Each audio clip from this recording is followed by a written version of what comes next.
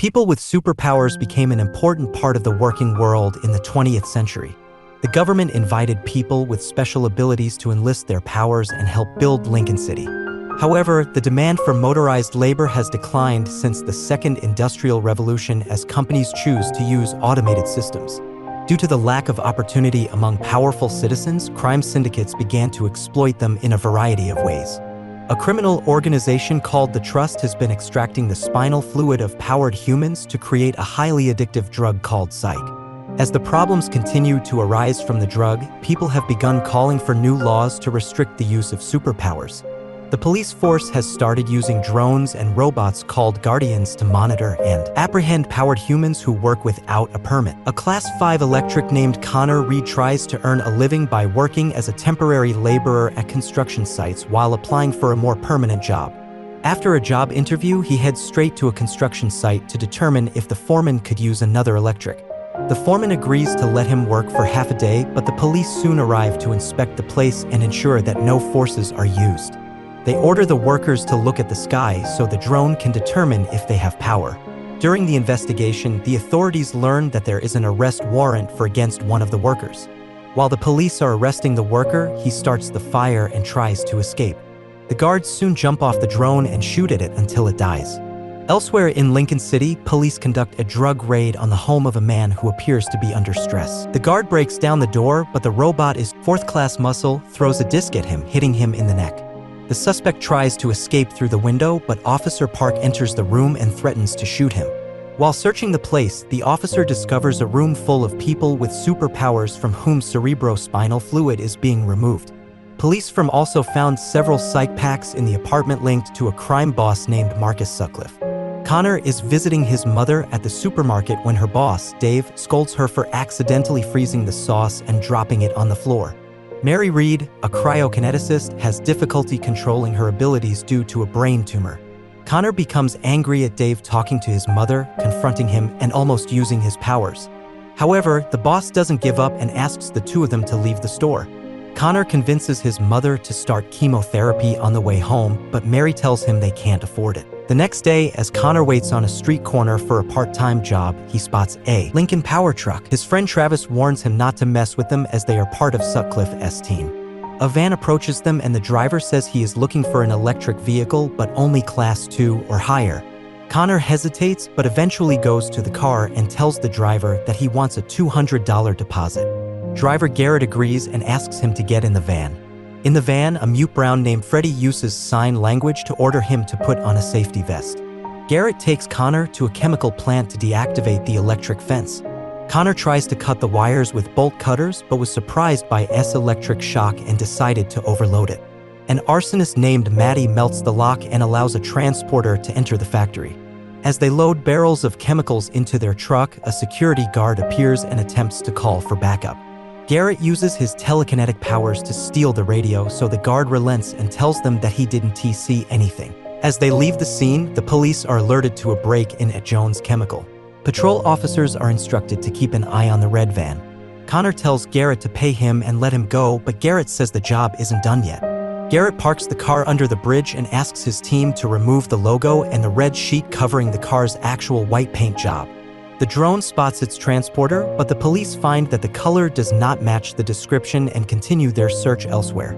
Garrett drives the van into the garage and asks a man named Reno to take them to Sutcliffe, who can read minds. Rhino leads them to a secret passage to the Satchel Club. At the club, Wesley Cumbo, a representative of the Trust, interrogates Sutcliffe for failing to meet his payment obligations. When Sutcliffe tries to explain the reason for not paying, Cumbo tells Sutcliffe to read the mind of his associate, Copperhead. He tells Cumbo that Copperhead is thinking of different ways to slit his throat. Cumbo tells him that he has 1 week to pay what he owes to the Trust. After Cumbo leaves the club, Garrett introduces Connor to Sutcliffe. Sutcliffe reads Connor's mind and concludes that he will be helpful to his crew. Sutcliffe asks a woman named Nia to show Connor around. Nia offers him a drink, but Connor says he is just stopping by. Sutcliffe tells Garrett that he can't pay for the chemicals right now because he needs to pay Cambo before he unleashes his minions on them. Sutcliffe asks Garrett about Connor's abilities and wonders if he could use electric for another task. Garrett tells him that Connor is strong but still needs training. Sutcliffe tells Garrett to quickly prepare Connor for his new job because they would make a lot of money with it. Garrett takes Connor with him and gives him another $300 bonus. He tells him to wait at the same place again the next day to earn more money. Before he runs away, Garrett advises him not to waste his talent. At home, Mary tells Connor that he returned to the grocery store to give her job back. Connor tells her that her boss is an idiot, but she says they have no choice because they need the money. Back at the club, Nia approaches Sutcliffe and tells him that she no longer has psych.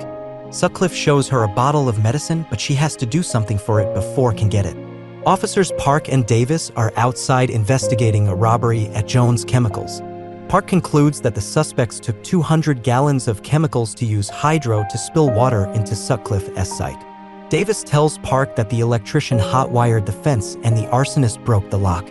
Park asked Davis to create a list of electricians who have this type of power. The next day, Travis advises Connor to be careful when working with Sutcliffe's men. Soon the foreman comes from his last job looking for 2 electricians, but Connor sees Garrett's car and decides to go with Garrett instead. Garrett still doubts Connor's motivation, so he asks him why he chose to work with them instead of finding a legitimate job. Connor says he needs money to pay for his mother's treatment. Garrett decides to test his skills by asking him to turn off the car alarm outside the restaurant. When the alarm sounds, Connor asks Garrett how much he will get if he joins them on their next heist. He turns off the alarm after Garrett tells him he will get $25,000. Garrett learns that Connor's father, an electrician like him, was shot during a liquor store robbery. He comes to the conclusion that his mother raised him without skills so that he wouldn't be like his father. Garrett soon begins training Connor by asking him to light a light bulb, but he breaks it on the first try. As they prepare for the robbery, Connor does other menial work for Garrett, including collecting payments from drug dealers. Soon Connor will be able to keep a light bulb burning without it exploding. Garrett tests Connor's strength again by pitting him against another electrician who refuses to pay him. A man gives Connor electric shocks, but they don't have much effect on him. Connor knocks the man down with a stronger punch to the chest. Garrett trains him in the use of his powers and advises him to be more ruthless when dealing with other people in his circle. One night, Connor decides to visit Dave at the supermarket and threatens him. At home, Connor tells his mother that he was hired for a permanent position. In front of the house, Park and Davis are watching Connor. From his records, they learn that he doesn't have a regular job and is having trouble paying his mother's medical bills. Park is asking Davis to be placed on the person of interest list. The next day, Connor and Garrett visit the bank to observe their daily routine and find out the location of the surveillance cameras and the safe. Connor tells them that there is no way to open the vault without setting off the alarm. Garrett says the drone's best time is 7 minutes, so they should be out in 5 minutes. At the supermarket, Mary is confused by Dave's behavior because he is much nicer to her and even tries hard not to let her do the job. That night, an armed gang breaks into the bank. Connor goes straight to the vault to short out the power and stop the bank from blocking it remotely. When the alarm sounds, the employee is asked to open the safe manually. Garrett threatens her as she enters the combination, but Connor tries to calm her down by telling her to relax and take deep breaths. When the safe is opened, Garrett is furious to learn that most of S money is missing. The employee tells them that the bank had already emptied the safe earlier that day. The gang decides to leave the bank with the rest. When they go outside, drones are already waiting for them. Connor shoots the drones with a wave and causes the spaceship loaded with the Guardian to fall to the ground. They return to Sutcliffe's club and tell him that they only took $50,000. While Garrett and Sutcliffe argue about paying back the trust, Copperhead approaches them and shoots Sutcliffe. Rhino blocks the projectiles with his bulletproof body, so Copperhead decides to point his pistol at Nia. Connor knocks the gun out of her hand and Copperhead attacks him with a knife. Rhino knocks her out and walks up to shoot her 3 more times, to make sure she is dead. Later, Connor walks in on Nia while she is being drugged with psych. Connor wonders why Cambo's killer was after her, but she tells him it wasn't the first time someone pointed a gun at her. Nia notices a wound on Connor's arm and takes care of it. Nia reveals that the killer tried to kill her because of her powers. When Connor asks why Nia continues to treat Sutcliffe, she replies that she owes him. When Connor returns home, Mary tells him about the money he kept in his drawer. He tells her he got it for overtime. But Mary says she called the office where Connor applied for the job, but they never heard from him. While he is explaining why he committed a crime to make money, his mother suddenly loses control of her powers and falls to the ground. At the hospital, the doctor tells Connor that a tumor is pressing her brain against her skull and she needs immediate surgery to prevent the situation from getting worse. He inquires about the cost of the operation and realizes that he cannot afford it. Outside the hospital, Park and Davis wait for Connor to invite him to the police station. Park asks him about the chemical plant and the bank robbery, but Connor says he doesn't know anything. They warn Connor that he is working for Lincoln City's worst criminal and forward to Sutcliffe. Park brags that they will burn down Sutcliffe's $4 million PSYK next week. He assumes that they will soon catch the crime boss. Puck mentions Connor's sick mother and offers to help if he gives them information about Sutcliffe. Davis interrupts and starts making fun of Connor by insulting his father. Connor gets angry and asks them to double-check the security footage because they have the wrong person. Puck asks Davis to let Connor go, arguing that they don't have enough evidence to arrest him. Davis recommends planting evidence with Connor and reminds him that people with power can be dangerous. Park leaves, shocked by Davis' suggestion. As Garrett leaves the train station, he meets Connor on the street. Connor swears he didn't tell the police and asks Garrett to take him to Sutcliffe because he has an idea for a job. When they arrive at the garage, Sutcliffe reads Connor's mind and learns that he hasn't revealed anything. Hearing Connor's idea, Garrett suggests intercepting the police while they bring the $10 million psych to the scene of the fire. Connor makes a deal with Sutcliffe, telling him to hand over Nia if he receives psych. Sutcliffe suspects that Connor will use Nia to heal his dying mother. Nia is upset and leaves the room. Garrett makes his own deal and asks Sutcliffe to consider him a partner and not part of his team. Sutcliffe agrees and says Garrett deserves it. As they plan the heist, Connor insists that no police personnel be killed. Connor approaches Nia and promises to let her go once she heals his mother. Nia snaps at him and says that he only cares about her because she is a healer. On the day of the robbery, the gang prepares roadblocks and looks for the armored transporter. The drones follow the transporter, but have to retreat as soon as they reach the no-fly zone. As the driver approaches the location, he sees a checkpoint and takes a detour. Maddie and Freddie follow the van in their car and Garrett blocks it with a garbage truck. When the driver yells at him to move his car, Garrett tries to stall the car so that Connor can gather his strength and blow up the van. Shortly after Garrett leaves the truck, Connor finally attacks the van with a powerful shot, knocking the guards unconscious. Garrett uses his telekinetic powers to incapacitate the Guardians incapacitated.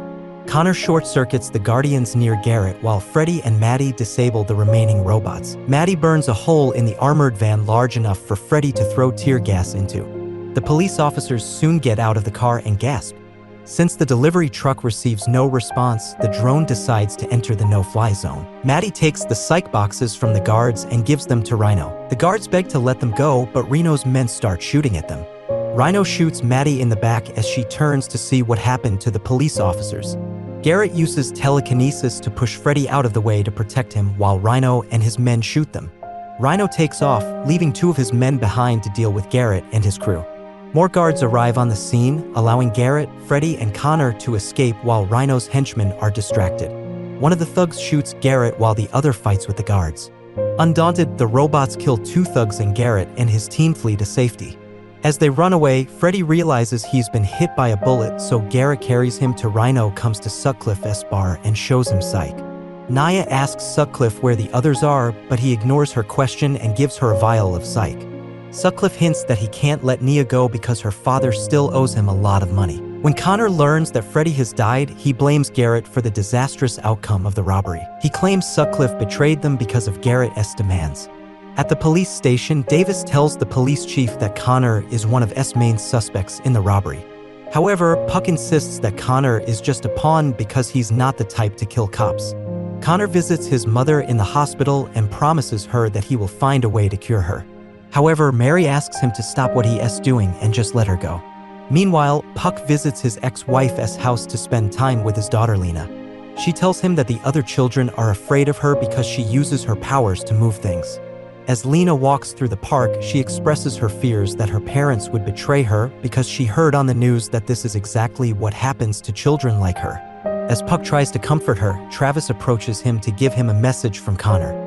Puck meets with Connor at the diner to find out what he wants, but he insists it's too late to make the deal. Connor assures him that he will turn himself into the authorities, but he wants to help them catch Sutcliffe first. At the police station, police prepare to arrest Sutcliffe. At the bar, Sutcliffe begins coughing erratically, so he calls Nia to heal him.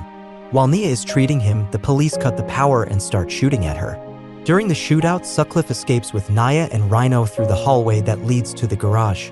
When they arrive, Garrett shoots them, hitting Sutcliffe in the chest. Rhino tries to return fire, but Garrett uses his telekinetic powers to knock the weapon out of S' hand. Garrett fires several bullets at Rhino, but still manages to get up and attack him. Before Rhino can reach him, Garrett uses his telekinetic powers to slow him down. Connor soon arrives to bombard Rhino with electricity. Meanwhile, Sutcliffe tries to pull a gun on Nia and begs her to save him. Rhino manages to grab Connor and throw him onto the table.